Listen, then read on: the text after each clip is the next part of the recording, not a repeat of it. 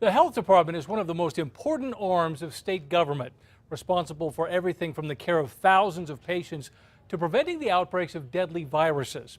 But News 13 investigative reporter Larry Barker has discovered that the health department itself has now been infected by the same spending disease that runs rampant in so many government agencies.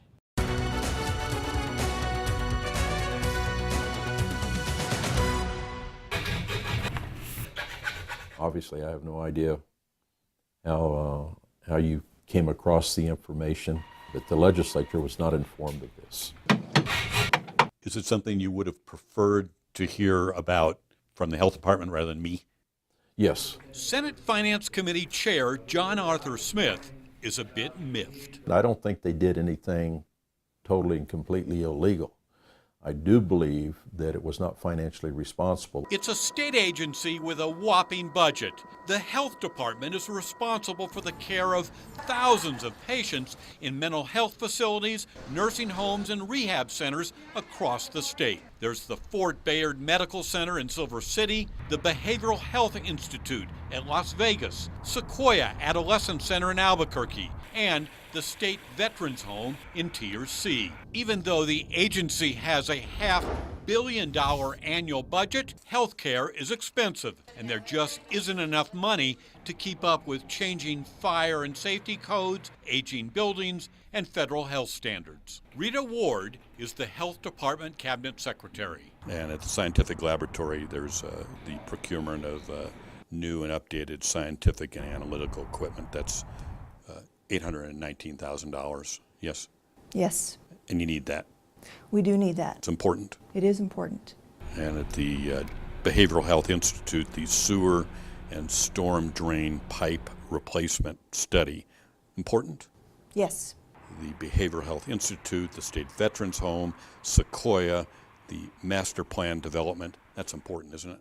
All of these things are important, Larry. In fact, the health department has a $40 million backlog. These are issues relating to critical patient health and safety issues and code violations. But there's one health project you won't find anywhere in the agency's budget or capital improvement plan.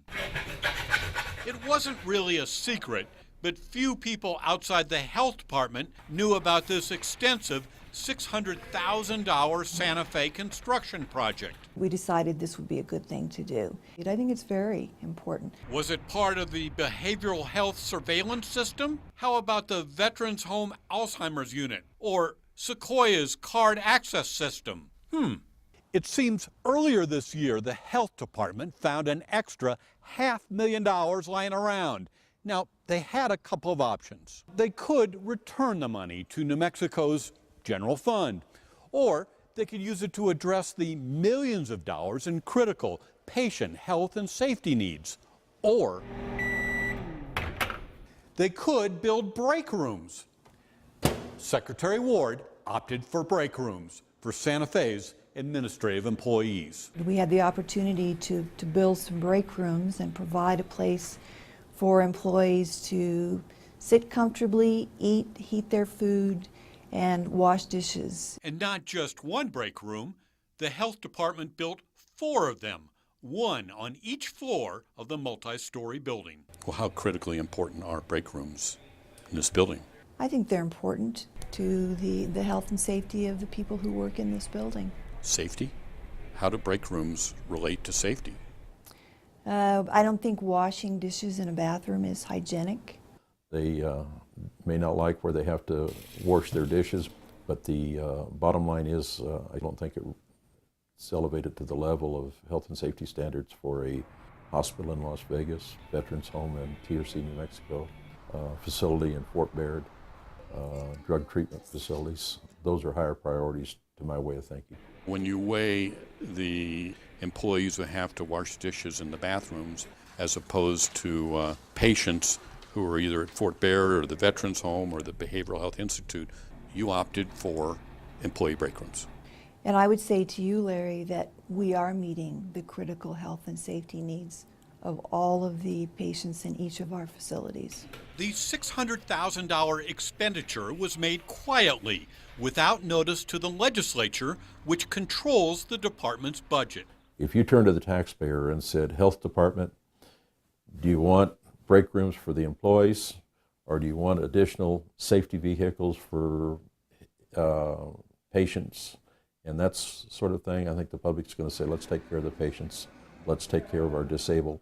We're fueling the belief out there that there's an awful lot of waste in government. No patients in any of our 7 facilities are in danger. We would never allow that to happen. And in the time frame that we had to expend these funds, many of those projects were not doable, and the money would have reverted to the general fund. I stand by this decision. I still think it was a good decision. Larry Barker, KRQE News 13. And we have more on Larry's story online at krqe.com, including extended interviews.